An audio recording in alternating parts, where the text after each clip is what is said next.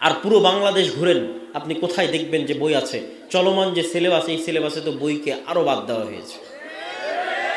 সম্পূর্ণ 10, 15, 20 বছর পর যেন আর বাংলাদেশে এই চলমান যে সিলেবাস ছিল, এই সিলেবাসে যে কয়েকটা ডাক্তার অন্তত তৈরি হতো, যে কয়েকটা ইঞ্জিনিয়ার অন্তত তৈরি হতো, যে কয়েকটা বিজ্ঞানী অন্তত তৈরি হতো, যে কয়েকটা ভালো শিক্ষক, প্রফেসর, ডক্টরেট ডিগ্রিধারী গবেষক অন্তত তৈরি হতো, আজ থেকে 10, 15, 20 বছর পর যেন আর ডাক্তারও তৈরি না হয়, আর ইঞ্জিনিয়ারও তৈরি না হয়, আর এরকম গবেষক, শিক্ষক, প্রফেসরও তৈরি না হয়, তার ব্যবস্থা হয়ে গেছে।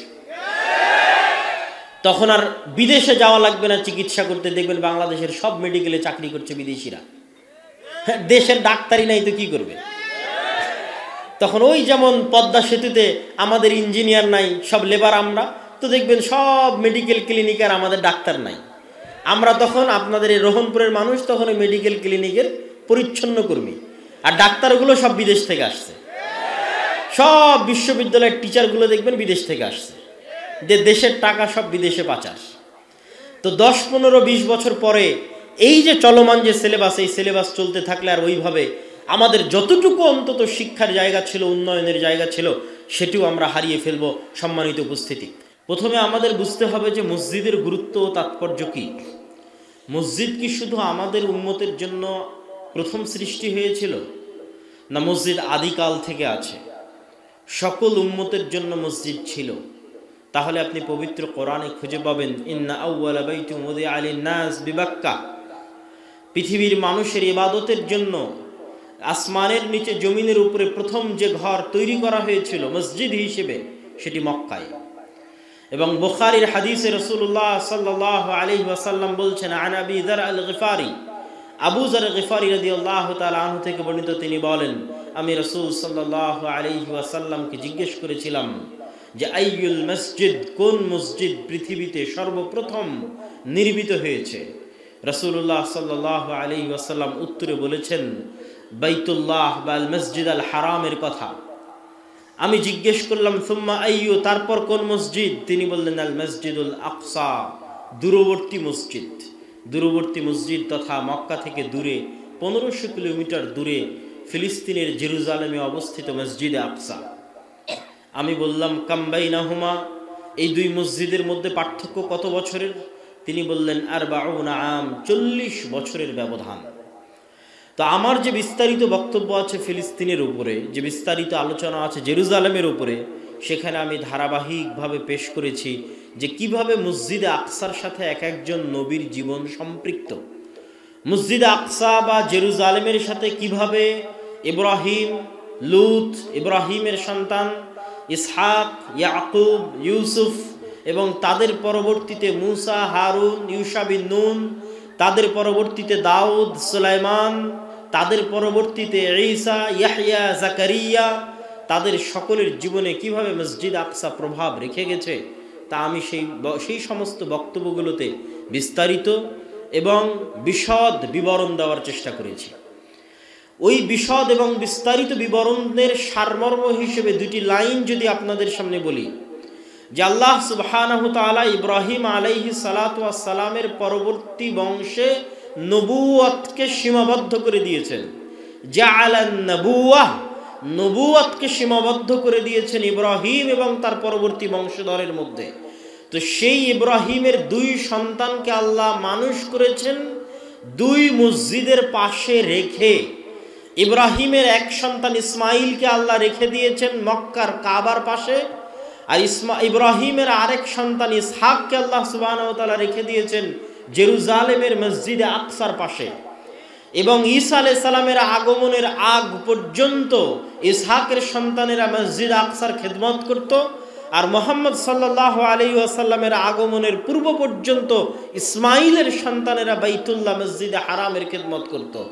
এই সারমর্ম বাক্য দিয়ে আমি এটি বুঝাতে চাচ্ছি যে মসজিদ শুধু আমাদের সময় বা আমাদের দিনে বা আমাদের ধর্মের জন্য নয়, বরং অতীতের সকল নবীর সম্পর্ক ছিল মসজিদের সাথে, এবং মসজিদের সাথে সম্পর্ক রক্ষার মাধ্যমেই আল্লাহ সুবহানাহু ওয়া তাআলা ইব্রাহিমের পরিবারকে আদর্শ পরিবার হিসেবে গড়ে তুলেছিলেন।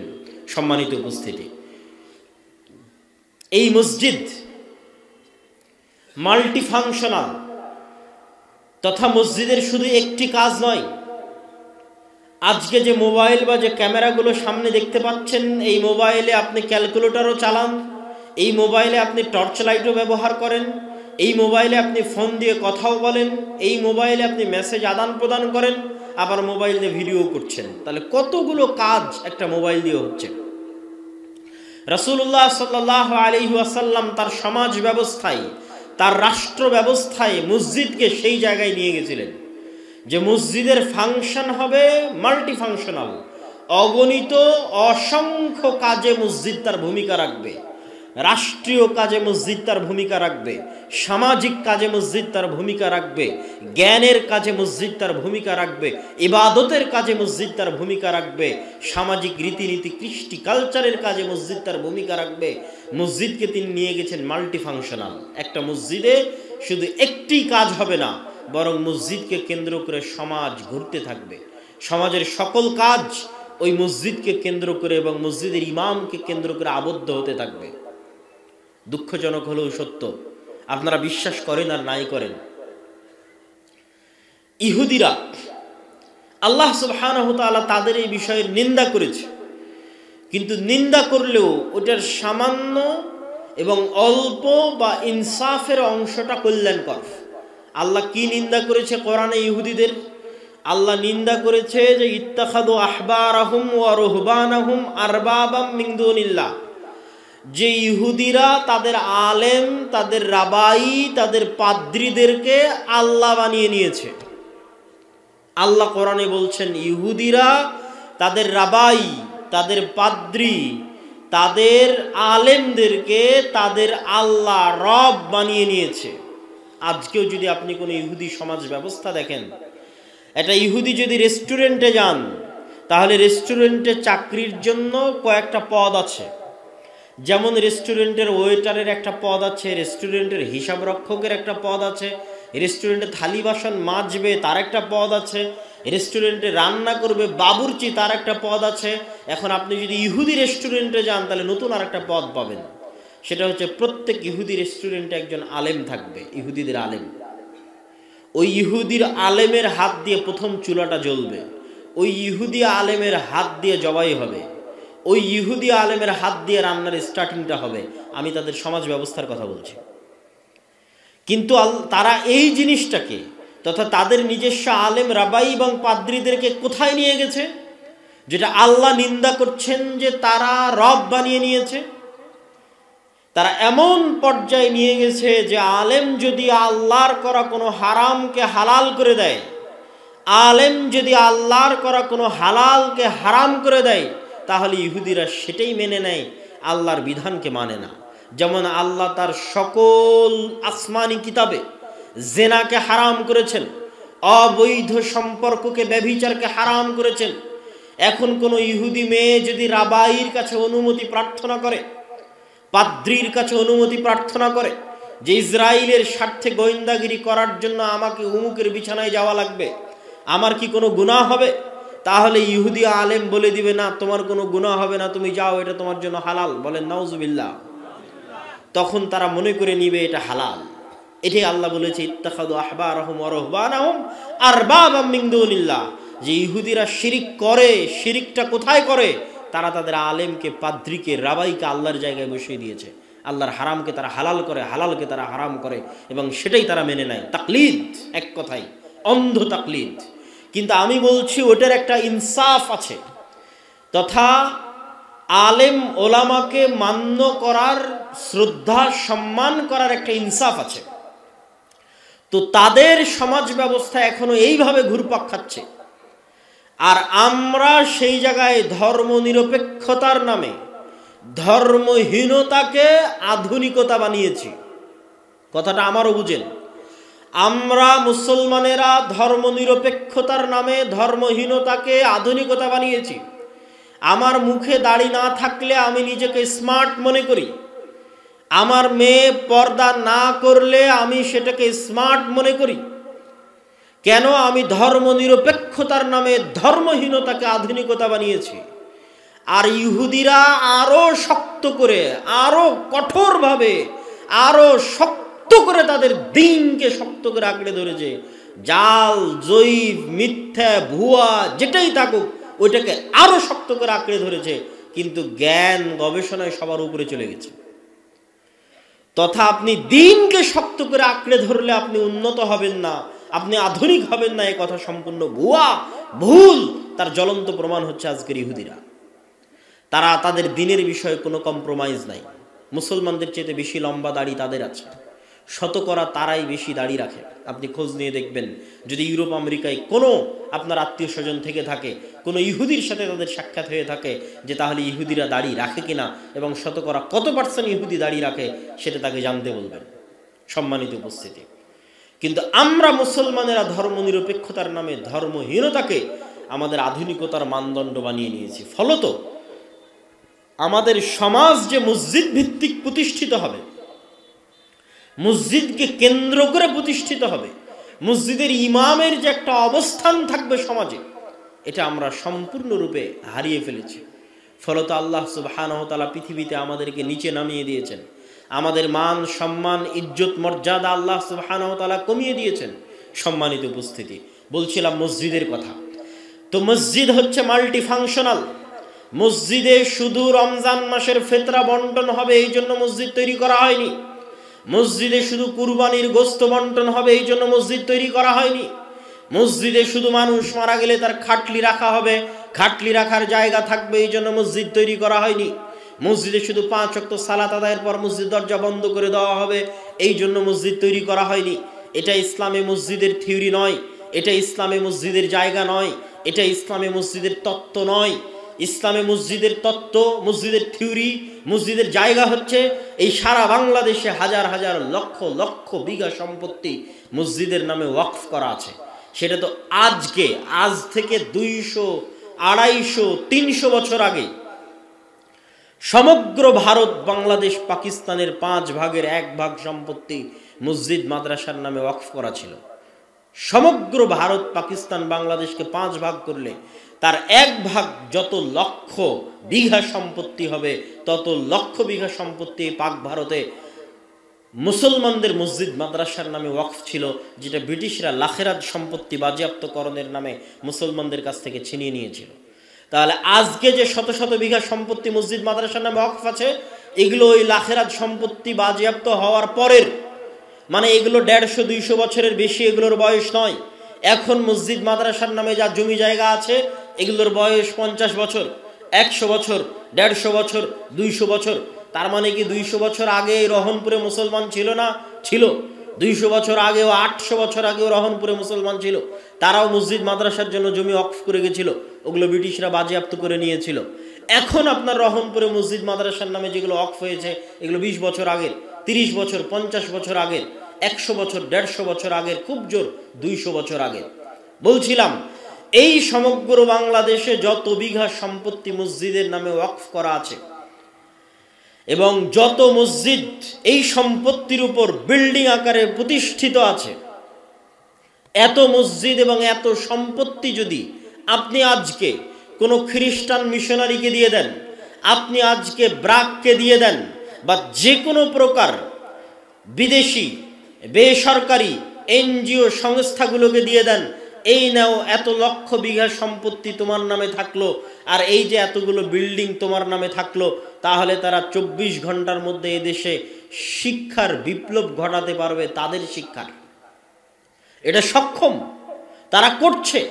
গোটা বাংলাদেশে ব্রাক 25 থেকে 30 হাজার স্কুল পরিচালনা করে, অথচ ব্রাকের নামে 1 ছটাক জমি মানুষের ওয়াকফ করা নাই। তাহলে ব্রাক মানুষের জমি ভাড়া নিয়ে ভাঙ্গা বেড়া ভাঙ্গা টিনে আপনার সন্তানকে শিখাবে, এই গরজ তার, এই জন্য সেই স্কুল পরিচালনা করছে। এখনো এদেশে সর্বশ্রেষ্ঠ স্কুল খ্রিস্টান মিশনারি বা খ্রিস্টান যারা আছে তারাই পরিচালিত করে থাকে। শিক্ষার গুরুত্ব, শিক্ষার মর্যাদা, শিক্ষার প্রয়োজনীয়তা এখনো তাদের কাছে আছে, এবং তাদের যেটা আলটিমেট গোল, সর্বশেষ তাদের যেটা টার্গেট, সেটা হচ্ছে সন্তান আপনি জন্ম দিবেন আর আপনার সন্তানকে শিখাবে ইবলিস। সন্তান আপনি জন্ম দিবেন আর আপনার সন্তান যে সিলেবাস পড়বে, ওই সিলেবাস প্রণয়ন করবে ইবলিস। ইবলিসের সবচেয়ে বড় চেষ্টা হচ্ছে আদম সন্তানকে নিচে নামানো। আদম সন্তানকে নিচে নামাতে গিয়ে আদম সন্তানের মান সম্মান অপমানিত করতে গিয়ে ইবলিসের সবচেয়ে বড় টার্গেট হচ্ছে আদম সন্তানের চারিত্রিক বিকৃতি ঘটানো, আত্মপরিচয়ের বিকৃতি ঘটানো। এই আত্মপরিচয়ের বিকৃতি ঘটাতে গিয়ে পাশ্চাত্য সমাজের সিলেবাসের অন্তর্ভুক্ত করা হয়েছে। একটা বাচ্চাকে ছোটবেলায় পড়ানো হয় যে তুমি ছেলে কি মেয়ে এই সিদ্ধান্ত নেওয়ার স্বাধীনতা তোমার। তুমি যদি মনে করো আমি ছেলে তাহলে তুমি ছেলে, তুমি যদি মনে করো যে না আমি ছেলে না আমি মেয়ে তাহলে তুমি মেয়ে। এইভাবে আত্মপরিচয়ের সংকটে ফেলে LGBTQ এর নামে আপনার সন্তান সন্ততিকে তথা আদমের সন্তানকে নিম্ন স্তরে নামিয়ে আনা, নিজস্ব মান মর্যাদা সম্মান আত্মপরিচয় চারিত্রিক উন্নতির জায়গা থেকে অনেক অধপতন বিকৃতি নিচুর জায়গায় নামিয়ে আনা, এটা হচ্ছে ইবলিসের সবচেয়ে বড় চাওয়া। এটাতে ইবলিস মজা পায়, এটাতে ইবলিস আনন্দ পায়। যখন কোনো মানুষকে সে আত্মপরিচয়ের সংকটে ভুগিয়ে নিচে নামিয়ে আনতে পারে, খারাপ বানিয়ে দিতে পারে। এই জন্য আজ সারা বিশ্বের সিলেবাসগুলো পরিবর্তন হয়ে যাচ্ছে, বাংলাদেশের সিলেবাস পরিবর্তন হয়ে যাচ্ছে। বাংলাদেশের বিশ্ববিদ্যালয়ে প্রধান অতিথি হিসেবে, বিশাল চিফ গেস্ট হিসেবে ছাত্রদের সামনে বক্তব্য দিবে ট্রান্সজেন্ডার তথা হিজড়া। হিজড়া বাংলাদেশের বিশ্ববিদ্যালয়ের ছাত্রদের সামনে প্রধান অতিথি হিসেবে চিফ গেস্ট হিসেবে বক্তব্য দিবে। এই কালচারে ছাত্রদেরকে পরবর্তী প্রজন্মকে বড় করানোর একটা বিশাল এজেন্ডা নিয়ে ইবলিস এবং তার সেনাবাহিনী কাজ করছে। আমি কখনোই এটার জন্য কোনো সরকার, কোনো রাষ্ট্র বা কোনো ব্যক্তিকে দায়ী করি না। আমি একদম আমার প্রত্যেকটা বক্তব্যে আমি কোট করে বলেছি, টু দ্য পয়েন্ট উল্লেখ করে বলেছি যে এটার জন্য দায়ী হচ্ছে ইবলিস। এটা ইবলিসের চেষ্টা, ইবলিসের পরিশ্রম। কিন্তু দুঃখজনক হলো পৃথিবীতে কিছু ইবলিসের গোলাম আছে যারা নিজেদের নামে পরিচয় দেয় মানুষ, কিন্তু এরা মানুষ নয়, এরা গোলাম হচ্ছে ইবলিসের। এই সমস্ত ইবলিসের গোলাম, ইবলিসের দালাল এবং ইবলিসের লেসপেন্সারেরা আমার এবং আপনার সন্তানের ভবিষ্যৎ, চারিত্রিক উন্নতি, আত্মপরিচয়, মুসলমানিত্বের পরিচয়কে নষ্ট করার জন্য সমগ্র পৃথিবীর মুসলিম বিশ্বে, মুসলিম দেশে সিলেবাস পরিবর্তন করছে। তারই ধারাবাহিকতায় বাংলাদেশের সিলেবাসও পরিবর্তন হয়েছে। এবং বাংলাদেশের সিলেবাসে সবচেয়ে দুঃখজনক, সবচেয়ে কষ্টদায়ক যে বিষয়টি অন্তর্ভুক্ত হয়েছে, যেটা ভাবলে শরীর শিউরে ওঠে, যেটা ভাবলে মনে হয় যে আমাদের পূর্বপুরুষরা কি লক্ষ্য নিয়ে, কি উদ্দেশ্য নিয়ে, কি আশা নিয়ে এই মানচিত্র আমাদেরকে দিয়ে গেছিলেন, সেটার সাথে আমরা কতটা বেঈমানি এবং কতটা নিমক হারামি করেছি এবং করছি, সেটা ভাবলে আফসোস হয় এবং গা শিউরে ওঠে। একটা হচ্ছে হারামেরও একটা লেভেল আছে, হারামের একটা কোয়ালিটি আছে। মানুষ যদি কোনো হারাম গুনাহ গোপনে করে, আল্লাহ সুবহানাহু তাআলা সেই গুনাহ ক্ষমা করে দেওয়ার সম্ভাবনা বেশি, কেননা সেই গুনাহটা গোপন রেখেছে, মানুষের সামনে গল্প করেনি এবং অন্যের গুনাহ আরেকজনের সামনে ফাঁস করেনি, জানিয়ে দেয়নি। নিজের গুনাহ গোপন রেখেছে, আল্লাহ তার গুনাহ ক্ষমা করে দিবেন দ্রুত এবং তাড়াতাড়ি, সম্ভাবনা বেশি। কিন্তু মানুষ যদি গুনাহ প্রকাশ্যে করে, আলানিয়াহ করে, এবং শুধু প্রকাশ্যে নয়, সেই গুনাহকে যদি মানুষ সিলেবাসের অন্তর্ভুক্ত বানিয়ে দেয় যে প্রত্যেক মুসলমানের সন্তানকে স্কুলে ভর্তি হওয়া মানেই তাকে নাচ শিখতে হবে, প্রত্যেক মুসলমানের সন্তান স্কুলে ভর্তি হওয়া মানেই তাকে গান শিখতে হবে, এই যে একটা গুনাহকে সমাজের এমন একটা লেভেলে নিয়ে যাওয়া, যে একটা সিলেবাসের অন্তর্ভুক্ত করে দেওয়া প্রকাশ্যে আলানিয়া, এটা আল্লাহ সুবহানাহু তাআলার গজব আসার কারণ এবং মাধ্যম হয়ে যেতে পারে। সম্মানিত উপস্থিতি, এইরকম এক ভয়ঙ্কর এবং ভয়াবহ পরিস্থিতিতে, এরকম এক ভয়ানক পরিস্থিতিতে আপনি আপনার সন্তানদের ভবিষ্যৎ বাঁচাবেন কিভাবে? আপনাদের ভবিষ্যৎ প্রজন্ম বাঁচাবেন কিভাবে? আপনাদের মনে রাখতে হবে, আমাদের আদি পুরুষ, আমাদের বাপ দাদা যারা চলে গেছেন আজ থেকে 100 বছর আগে, 150 বছর আগে, ব্রিটিশরা যখন এদেশের শিক্ষা ব্যবস্থা তাদের হাতে নিয়ে নিয়েছিল, তখন তারা আমাদের পরবর্তী প্রজন্মকে রক্ষার জন্য মক্তব গড়ে তুলেছিলেন, মসজিদগুলোকে দুর্গ হিসেবে কাজে লাগিয়েছিলেন। যে ব্রিটিশদের শিক্ষা ব্যবস্থায় আমাদের সন্তানেরা পড়ার আগে, ব্রিটিশদের শিক্ষা ব্যবস্থায়, ব্রিটিশদের সিলেবাসে আমাদের সন্তানেরা মানুষ হওয়ার আগে মসজিদে তারা আমাদের দিন শিখে যাবে, এই লক্ষ্য, এই টার্গেট নিয়ে তারা মসজিদে মসজিদে মক্তব প্রতিষ্ঠা করেছিলেন ব্রিটিশ আমলে। আজ আবার সেই দিন ফিরে এসেছে, আজ আবার সেই যুগ ফিরে এসেছে। আজ যদি আপনারা মসজিদে মসজিদে মক্তব প্রতিষ্ঠা না করেন, প্রত্যেক মুসলমানের সন্তানের মৌলিক দিন শিক্ষার ব্যবস্থা নিশ্চিত না করেন, আমি মনে করি এটা এখন ফরজ। এটা হচ্ছে মাসলিহাতান নাস, উম্মাহ মুসলিমার মাসলিহার জন্য, স্বার্থ রক্ষার জন্য প্রত্যেক মসজিদ কমিটির উপর ফরজ, প্রত্যেক এলাকার মানুষের উপর ফরজ যে তারা নিজ নিজ মসজিদে মক্তব শিক্ষা ব্যবস্থাকে চাঙ্গা করবে, শক্তিশালী করবে। কেমন শক্তিশালী করবে, কেমন চাঙ্গা করবে?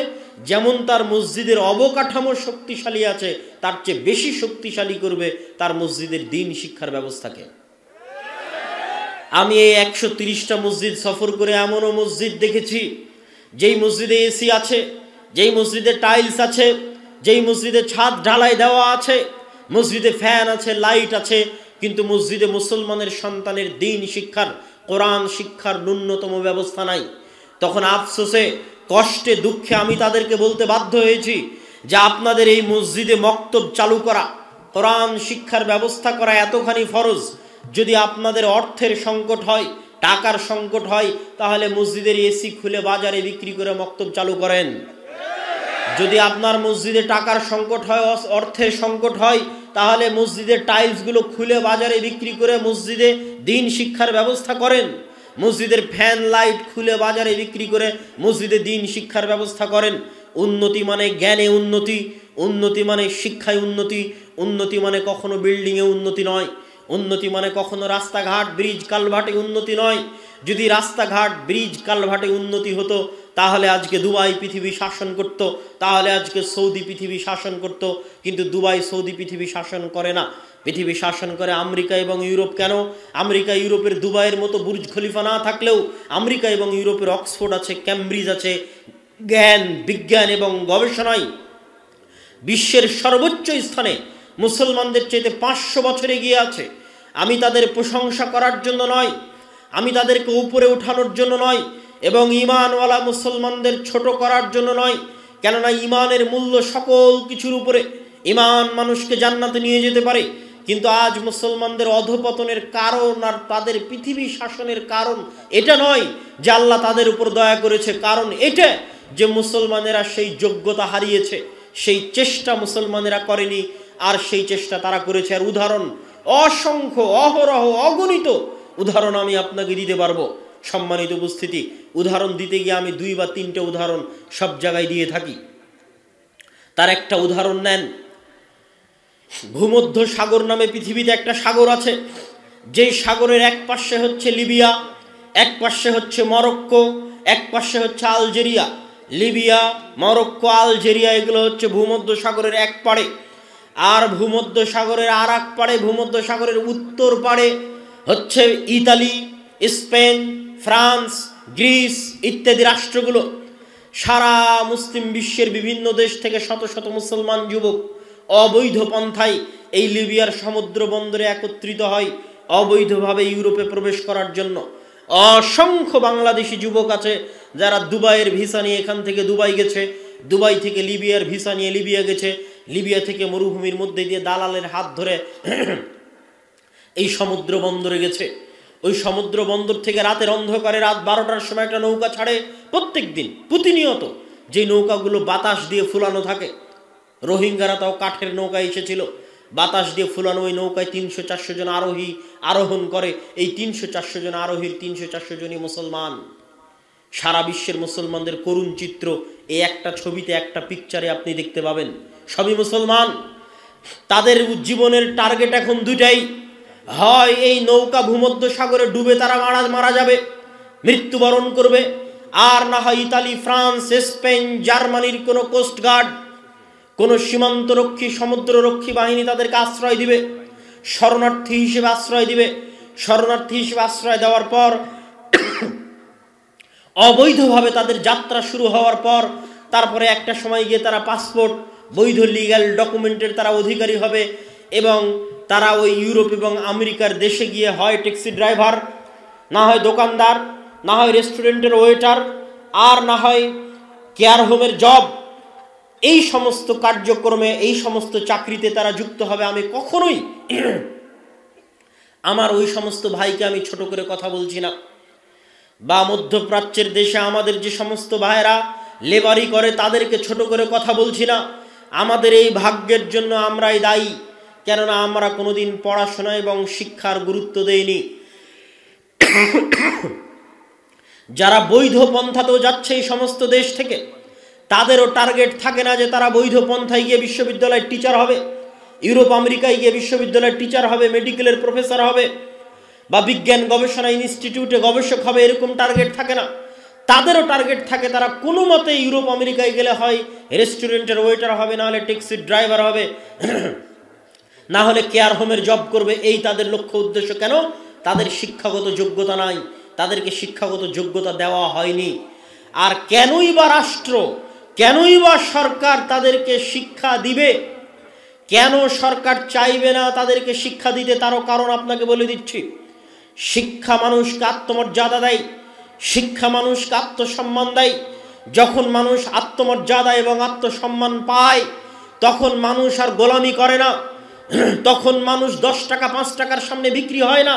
কিন্তু যখন মানুষের কাছে শিক্ষা থাকে না, যখন মানুষ মদখোর হয়, জুয়াখোর হয়, গাঞ্জাখোর হয়, তখন তাকে 5টা টাকা দিয়ে বলতে পারবেন ওকে মেরে দাও, 5টা টাকা দিয়ে বলতে পারবেন অমুক গাড়িতে আগুন দাও, 5টা টাকা দিয়ে বলতে পারবেন অমুক বাসে আগুন দাও, তখন সে বিক্রি হয়ে যাবে। সম্মানিত উপস্থিতি, আর ক্ষমতা ধরে রাখার জন্য, ক্ষমতা টিকিয়ে রাখার জন্য আমার এরকম 5টা 10টা মদখোর, গুন্ডা, জুয়াখোর, গাঞ্জাখোর দরকার, শিক্ষিত লোকের দরকার নাই। তাহলে যেহেতু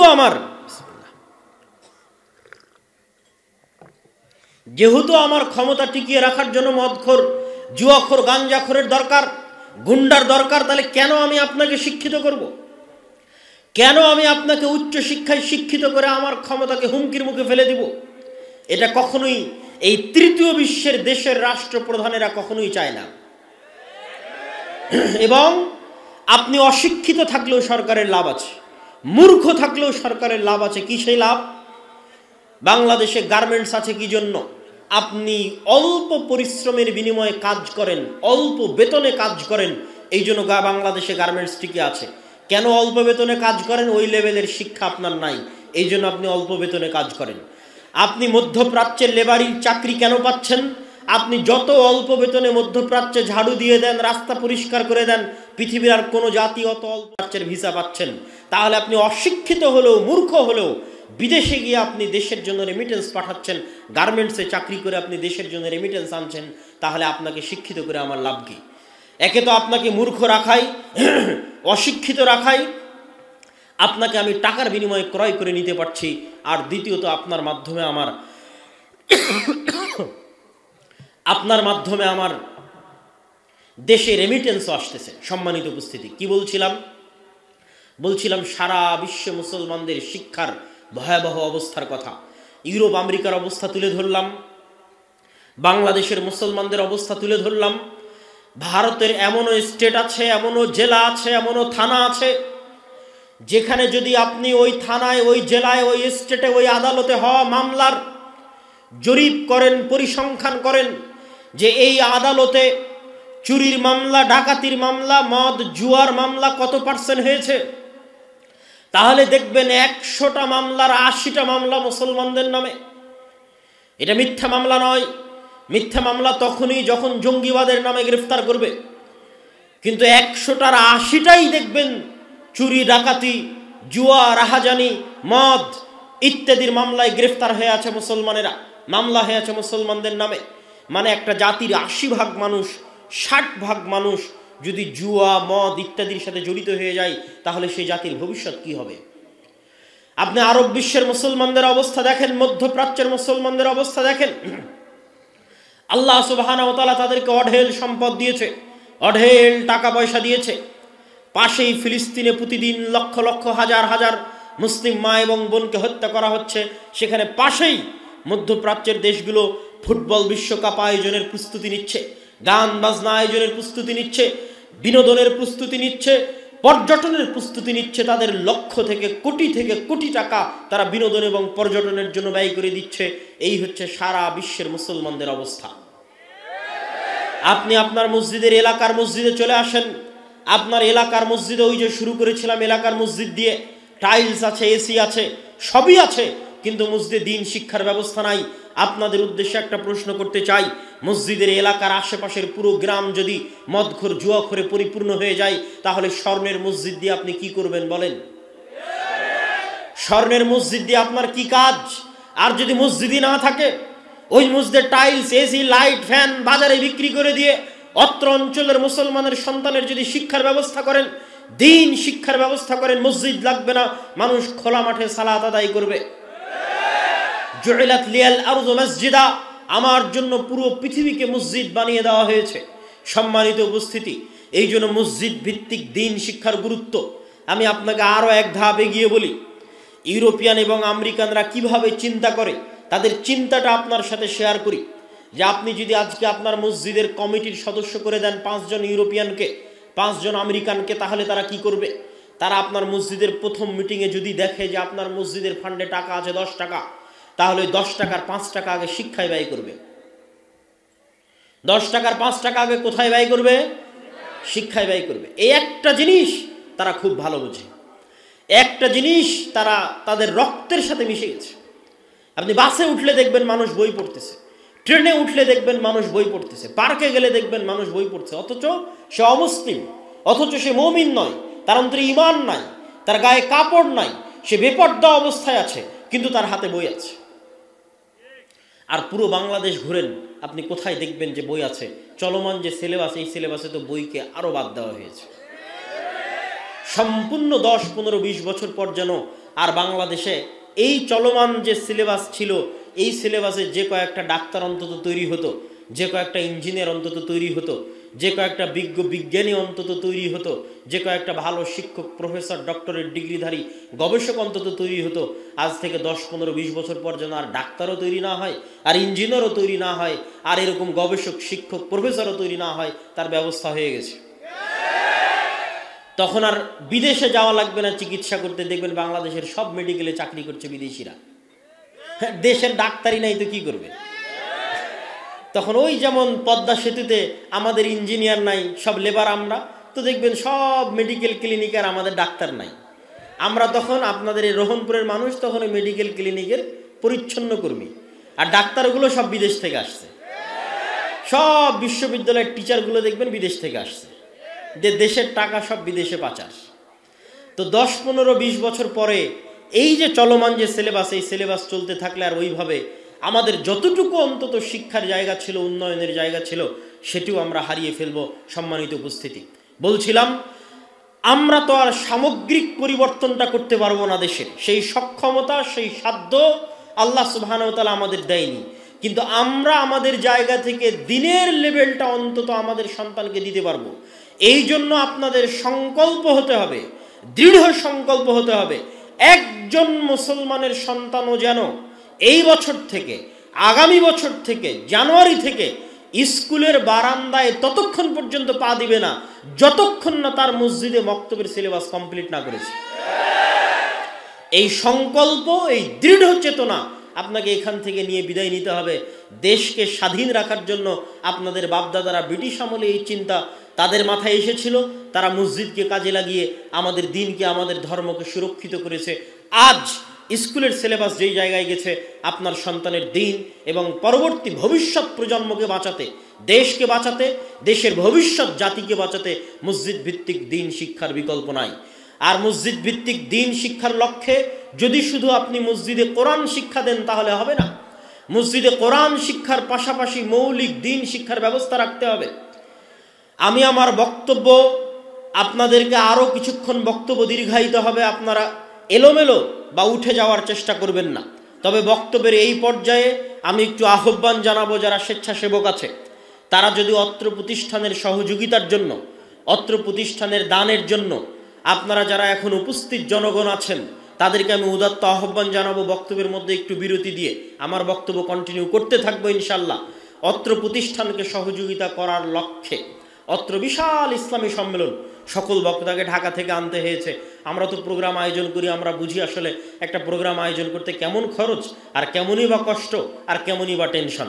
তো আজকে এখানে যতগুলো বক্তা এখানে যাদেরকে নাম দেওয়া আছে প্রায় সবাইকে ঢাকা থেকে আনতে হয়েছে, মানে সবাইকে বিমানের টিকিট দিতে হয়েছে। সবাইকে বিমানের টিকিট দিতে হয়েছে মানে অনেক অর্থের ব্যাপার।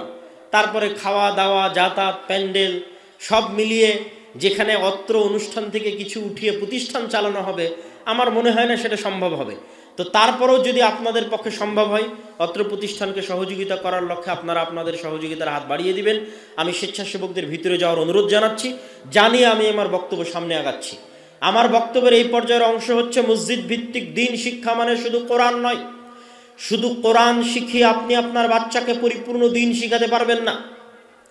পুরো মক্তবের একটা প্যাকেজ সিলেবাস থাকতে হবে, যে প্যাকেজ সিলেবাসের মধ্যে আপনার সন্তান কোরআনও শিখবে, আপনার সন্তান দ্বীনের মৌলিক জ্ঞানও শিখবে। এবং আলহামদুলিল্লাহ আমরা জামিয়া সালাফিয়ার পক্ষ থেকে, দাওয়া ইলাল্লাহর পক্ষ থেকে মক্তবের জন্য প্রাথমিক সিলেবাস আমরা আপনাদের সামনে নিয়ে এসেছি, যার উপর আমাদের শিক্ষক ট্রেনিংও শুরু হচ্ছে আগামী 16ই ডিসেম্বর থেকে। এই দুটো বই আমি আপনাদের দেখিয়ে বলতে চাই। একটি হচ্ছে উসমানী কায়দা। আমরা উসমান ইবনে আফফান, যিনি কোরআনকে তার আসল অবস্থার উপর জমা করে বাকি সকল বিভিন্ন বিকৃত কোরআনকে জ্বালিয়ে আসল অবস্থার উপর কোরআনকে রেখেছিলেন, সে উসমান ইবনে আফফান রাদিয়াল্লাহু তাআলা আনহুর নামের দিকে নিসবত করে যে কোনো প্রকার ভুল থেকে মুক্ত রেখে, প্রচলিত ভুল থেকে মুক্ত রেখে একটা ব্যতিক্রমধর্মী কায়দা তৈরি করা আছে উসমানী কায়দা। এই কায়দা আপনারা যদি অ্যাপসেও যান তাহলে দাওয়া ইলাল্লাহর অ্যাপসে গেলে এই কায়দার উচ্চারণও আপনারা পাবেন। আর এই কায়দার উপর ট্রেনিংও হবে আগামী 16 তারিখ থেকে, বিভিন্ন মক্তবের শিক্ষক মণ্ডলীর ট্রেনিং হবে। আর মৌলিক দিন শিক্ষার জন্য আদর্শ শিক্ষা নামে একটি বই আছে। এই দুটি বই আপনারা আমাদের স্টলে পাবেন, সামনে হাতের ডানে। সম্মানিত উপস্থিতি, বলছিলাম আপনাদেরকে আমি বক্তব্য সামনের দিকে এগিয়ে নিয়ে যাওয়ার জন্য বলতে চাচ্ছি, মসজিদ ভিত্তিক দিন শিক্ষার, মসজিদ ভিত্তিক কোরআন শিক্ষার সবচেয়ে বড় শত্রু কে বলেন তো? একটু জোরে বলেন তো কে? ইবলিস। মসজিদ ভিত্তিক দিন শিক্ষা, মসজিদ ভিত্তিক কোরআন শিক্ষার সবচেয়ে বড় শত্রু হচ্ছে ইবলিস। কেন আমি ইবলিসকে বললাম সবচেয়ে বড় শত্রু, তার দলিল এবার আপনাদের সামনে পেশ করি। আল্লাহ সুবহানাহু ওয়া তাআলা পবিত্র কোরআন মাজিদে বলছেন, আউযু বিল্লাহি মিনাশ শাইতানির রাজিম ফাস্তাইজ বিল, তোমরা পরিত্রাণ প্রার্থনা করো আল্লাহ সুবহানাহু তাআলার নিকটে। কি থেকে পরিত্রাণ চাইবে? মিনাশ শাইতানির রাজিম, বিতাড়িত শয়তান থেকে। লক্ষণীয় হচ্ছে আল্লাহ সুবহানাহু তাআলা এবং তার রাসূল অন্য সকল কাজে বিসমিল্লাহ দিয়ে শুরু করার আদেশ দিয়েছেন। সকল কল্যাণকর কাজ বিসমিল্লাহ দিয়ে শুরু করার আদেশ দেওয়া হয়েছে, কিন্তু কোরআন শুরু করতে বলা হয়েছে কি দিয়ে? শয়তান থেকে পরিত্রাণ চেয়ে কোরআন শুরু করতে বলা হয়েছে। আপনারা আজকে যারা এখানে যতজন উপস্থিত হয়েছেন, যতদূর পর্যন্ত মাইকের আওয়াজ যাচ্ছে, যত মা বোন রাস্তাঘাটে চলাচল করছেন, সকলের উদ্দেশ্যে জিজ্ঞেস করতে চাই, সর্বশেষ কতদিন থেকে আপনি কোরআন পড়েননি? সর্বশেষ কতদিন যাবৎ আপনি কোরআন হাতে নিয়ে দেখেননি? ইসআলু আনফুসাকুম, নিজেকে জিজ্ঞেস করে দেখেন। আর প্রশ্ন করেন, যতদিন থেকে আপনি কোরআন হাতে নিয়ে দেখেননি, পড়ে দেখেননি, ততদিন থেকে শয়তান আপনাকে কোরআন হাতে নিতে দেয়নি। আপনার বাড়িতে যতদিন থেকে কোরআন তেলাওয়াত হয় না, লাস্ট যতদিন থেকে আপনার বাড়িতে কোরআন তেলাওয়াত হয় না, ততদিন থেকে ওই বাড়িতে শয়তান কোরআন তেলাওয়াত করতে দেয়নি। কোরআনের সবচেয়ে বড় শত্রু হচ্ছে শয়তান। আর শয়তান কোনো কাল্পনিক চরিত্র নয়, শয়তান একটা বাস্তব চরিত্র। আমাদের সবচেয়ে বড় ভুল হচ্ছে আমরা মনে করি ভূত একটা অদৃশ্য বস্তু, সেই অদৃশ্য বস্তুতে আমরা তখনই বিশ্বাস করি যখন অসুখ হয়।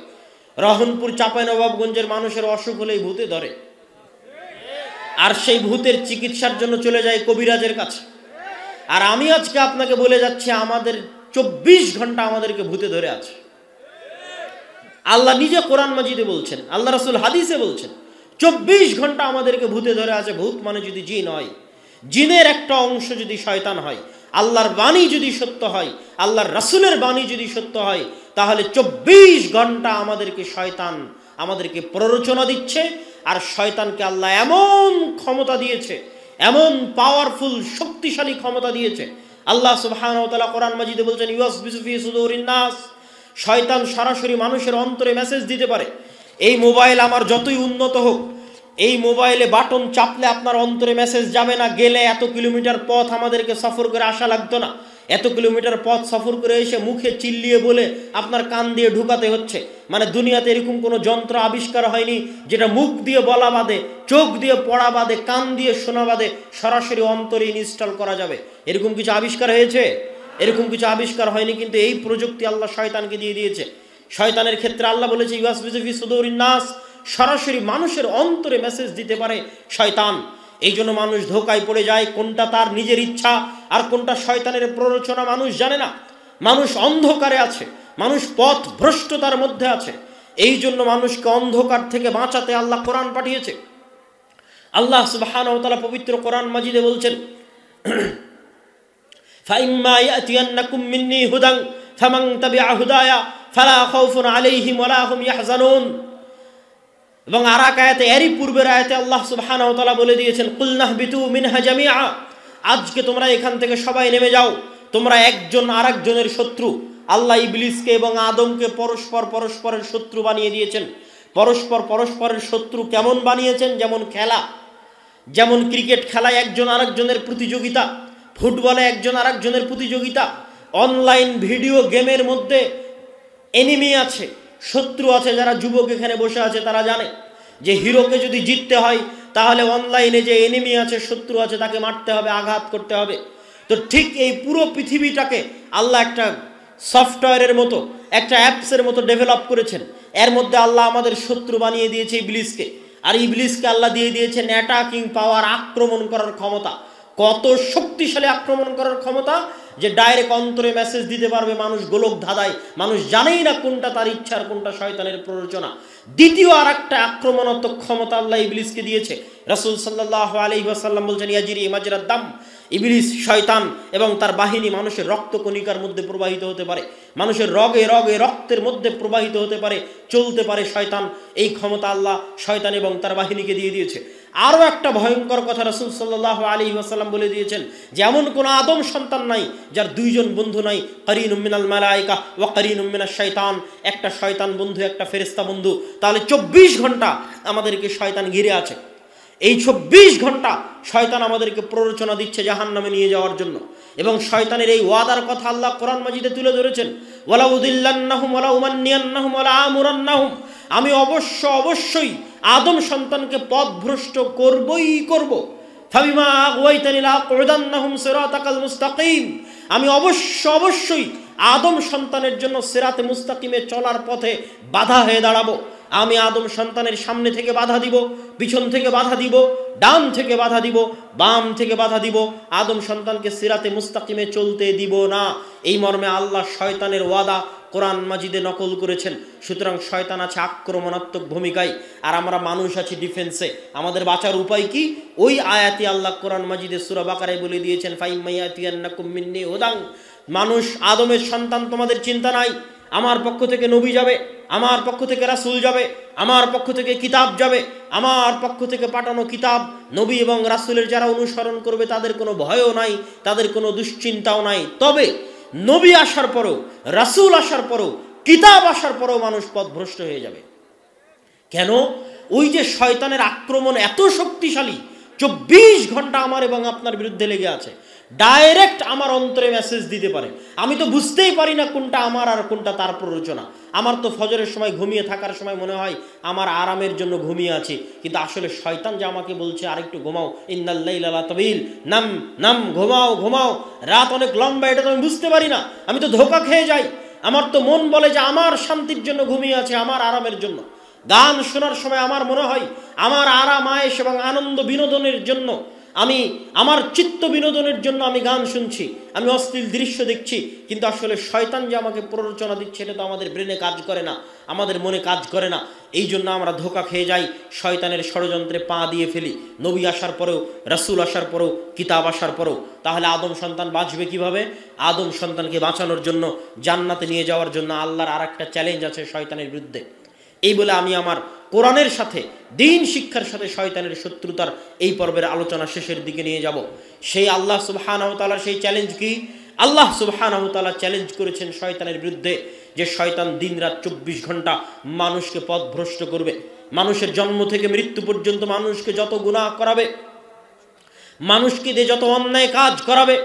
মানুষ যদি একবার জানে যে তার প্রতিপালক আছে এবং সেই প্রতিপালকের কাছে ক্ষমা চাইলে ক্ষমা পাওয়া যায়, এবং এই মর্মে যদি মানুষ আল্লাহর কাছে ক্ষমা চায়, তাহলে ইবলিস এবং তার সেনাবাহিনীর সারা জীবনের সকল চেষ্টা, রাত দিন মাটি করা সকল চেষ্টা আল্লাহ একবারে ধুলাই মিশিয়ে আদমের সন্তানের সকল গুনাহ ক্ষমা করে দিবেন। এটা হচ্ছে আল্লাহর চ্যালেঞ্জ ইবলিস এবং তার বাহিনীর বিরুদ্ধে।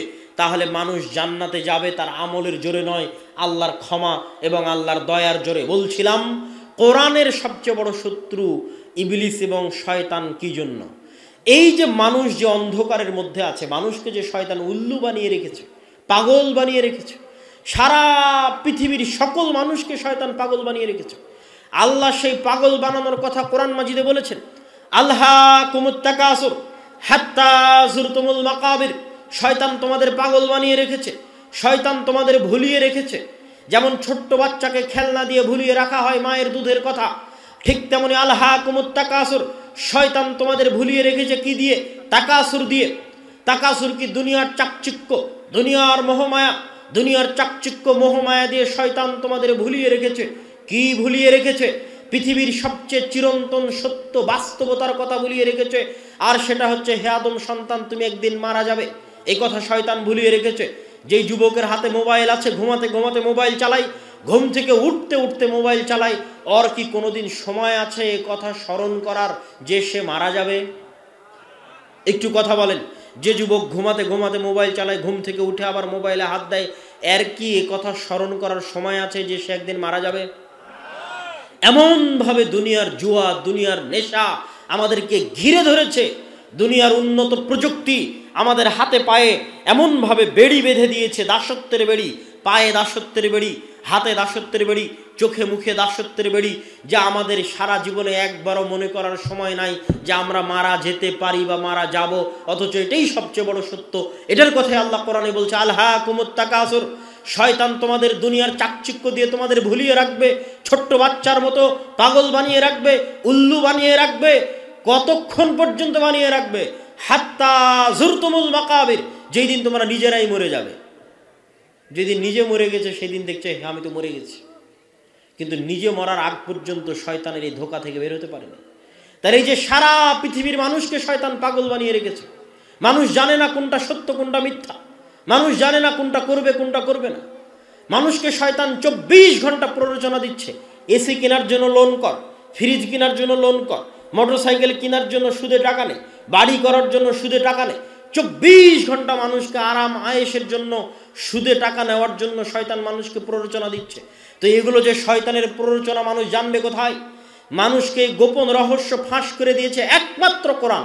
না পৃথিবীর কোনো স্কুল, না কোনো কলেজ, না কোনো ইউনিভার্সিটি, না কোনো গবেষণাপত্র, না কোনো থিসিস, না কোনো পিএইচডি, একমাত্র কোরআন পৃথিবীর এই অন্ধকার রহস্যের জাল ভেদ করে দিয়েছে। ভেদ করে দিয়ে কোরআন কি বলছে? ইন্নামাল খামরু ওয়াল মাইসির ওয়াল আনসাব ওয়াল আজলাম রিজসুম মিন আমালিশ শাইতান। খালি একটা ছোট্ট উদাহরণ দিয়ে গেলাম। আল্লাহ কোরআনে স্পষ্ট লিখে দিয়েছেন, ইন্নামাল খামর, নিশ্চয় মদ, ওয়াল মাইসির, নিশ্চয় জুয়া, ওয়াল আনসাব ওয়াল আজলাম, নিশ্চয় লটারি, নিশ্চয় মূর্তি পূজা, রিজসুম মিন আমালিশ শাইতান, শয়তানের কাজ লেখা আছে, সংবিধানে লেখা আছে, ইনস্ট্রাকশনে লেখা আছে।